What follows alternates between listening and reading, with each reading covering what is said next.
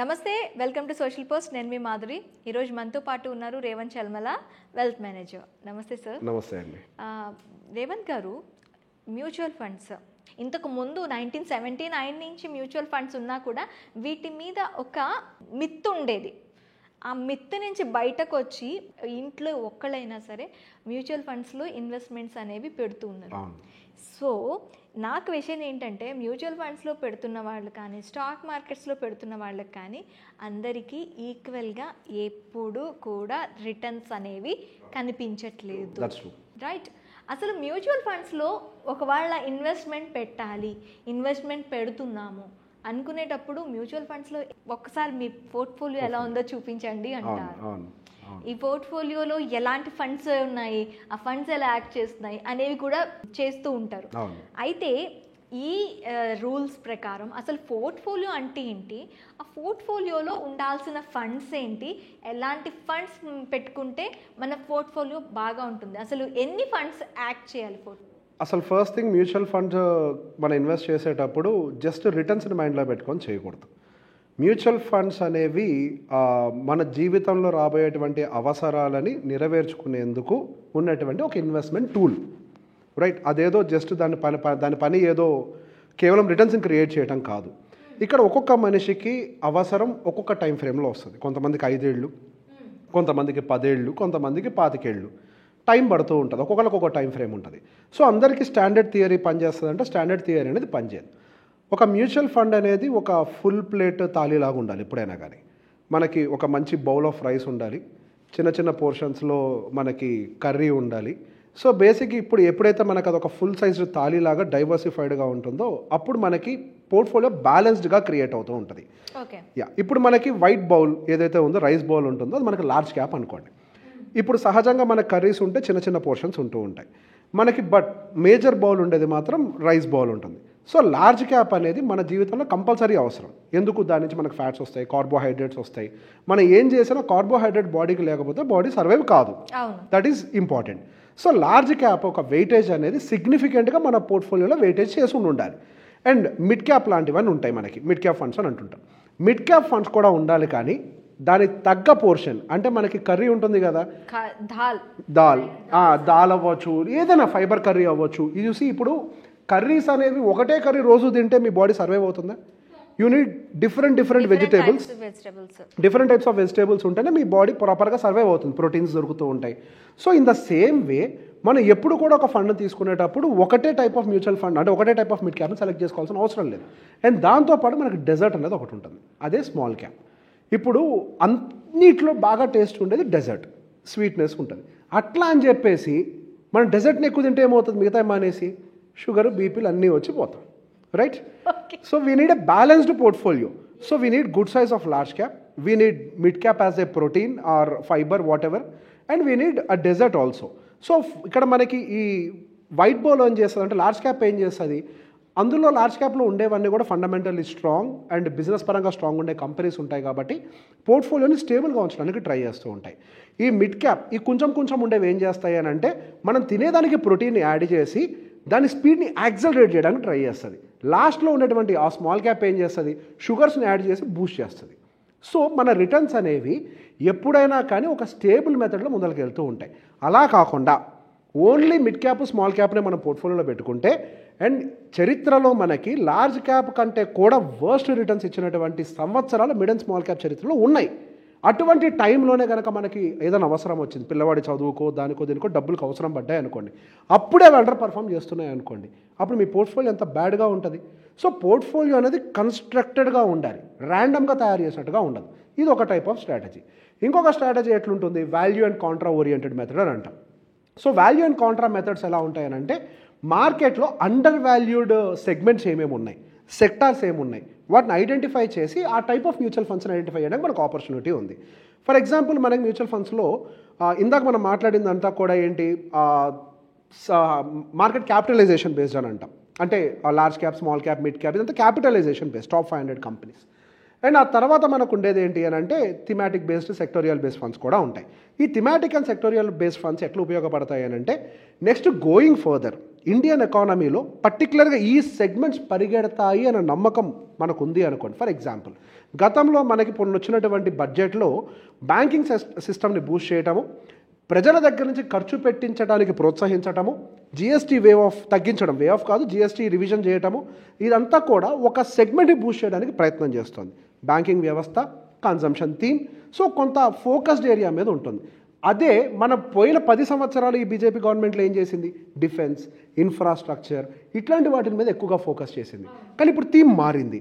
So బేసిక్గా రానున్న రోజుల్లో ఏ థీమ్స్ పర్ఫామ్ చేస్తాయో ఐడెంటిఫై చేసి, అందులో అండర్ వాల్యూడ్గా ఏమేమి ఉన్నాయో ఐడెంటిఫై చేసి, ఆ సెక్టార్స్లో కూడా కానీ మనం పెట్టుబడులు పెట్టగలిగామనుకోండి, అప్పుడు మనకి ఒక మంచి బెడ్స్ దొరికే అవకాశం ఉంటుంది.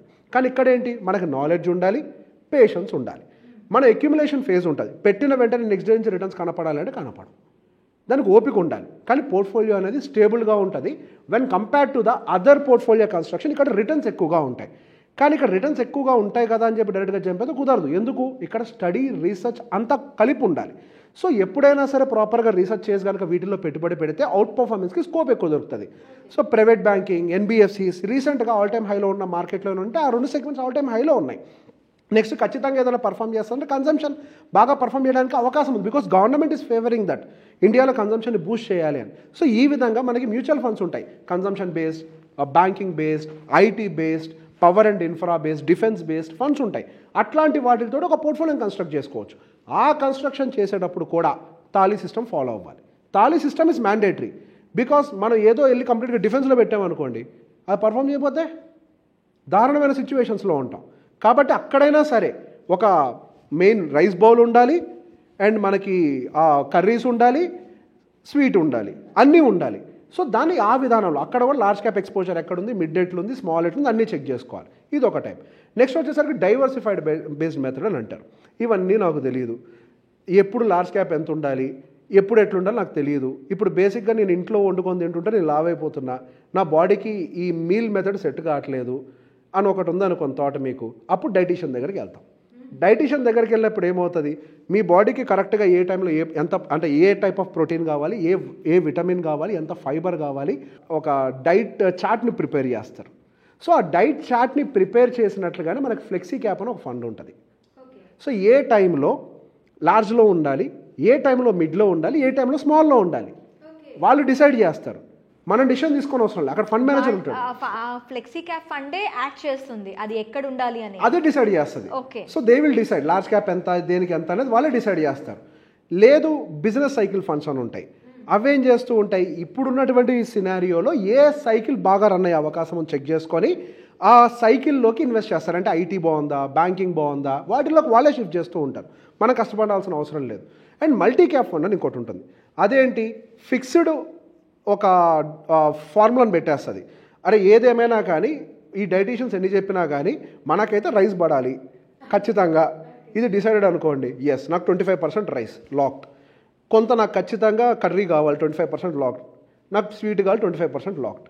ఈ 25 అంటే మిడ్, లార్జ్, స్మాల్ 25 లాక్ చేసి పైన 25 మాత్రం నేను వాళ్ళకి అప్పచెప్పేస్తాను, వాళ్ళు ఎట్లనే డిసైడ్ చేయని. అది మల్టీ క్యాప్. సో బేసిక్గా మనకి ఇన్ని రకాల ఛాన్సెస్ మ్యూచువల్ ఫండ్స్లో అందుబాటులో ఉన్నాయి. 3 major categories and 36 sub categories, 2500+ funds, ఇన్ని మనకి మార్కెట్లో అందుబాటులో ఉన్నాయి. సో మనకి ఏది సూట్ అవుతుంది, ఇప్పుడున్న మార్కెట్ కండిషన్కి అనుకూలంగా వీ హ్యావ్ టు ప్లాన్. ఏ విధానం కూడా తప్పు కాదు, మనకుండే నాలెడ్జ్ లెవెల్. ఇప్పుడు నాకు ఏ నాలెడ్జ్ లేదనుకోండి, go with multi flexi. You have some knowledge, go with that thali style, large separate, mid separate, small separate. అందరూ అనుకుంటారు లార్జ్, మిడ్, స్మాల్ సెలెక్ట్ చేయడం ఈజీ అని, అదే ఎక్కువ కష్టం.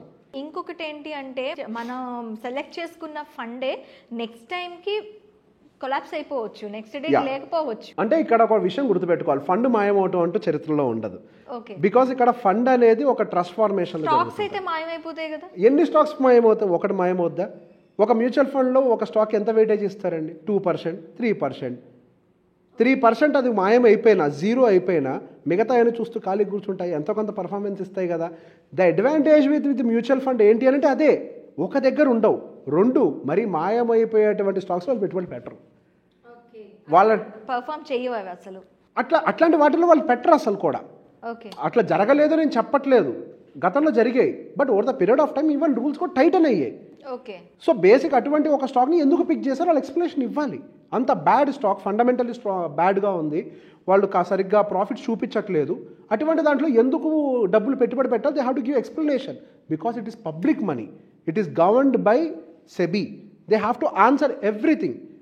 సో బేసిక్ ఇక్కడ ఫండ్ మాయమవటం అనేది జరగదు. మీరు కొన్న భూమి మాయమవుతుంది ఎవడో కబ్జా చేస్తే, ఇక్కడ ఒక్క యూనిట్ కూడా దొంగతనం జరగడానికి ఛాన్స్ లేదు. ఒక ఫండ్ని మాయం చేయడం ఎవరి వల్ల కాదు. ఒక ఫండ్ హౌస్ అనేది ఆ అకౌంట్కి, ఆ బ్యాంక్ అకౌంట్కి కస్టోడియన్గా మాత్రమే ఉంటుంది, ఓనర్గా ఉండదు. They can do anything with the fund house. ఎవరు కూడా దానికి ఓనర్స్ కాదు. ఎవరైతే పెట్టుబడిదారులు మనలాంటి వాళ్ళు ఉంటారో వాళ్ళే ఓనర్స్ ఆ ఫండ్కి. వాళ్ళు ఏమీ చేయలేరు. అయితే ఆ ఫండ్ని వేరే వాళ్ళకి అప్పచెప్పేసి వెళ్ళిపోవాలి, లేకపోతే డబ్బుల్ని తిరిగిచ్చేసి, పెట్టినంత పెట్టుబడి కాదు, ఆ రోజున మార్కెట్ వాల్యూ ప్రకారం తిరిగిచ్చేసి వాళ్ళకి వైండప్ చేయాలి. కానీ ఫండ్ మాయం కాదు, స్టాక్స్ అన్నీ కూడా జీరో కావు, అది సాధ్యం కాదు.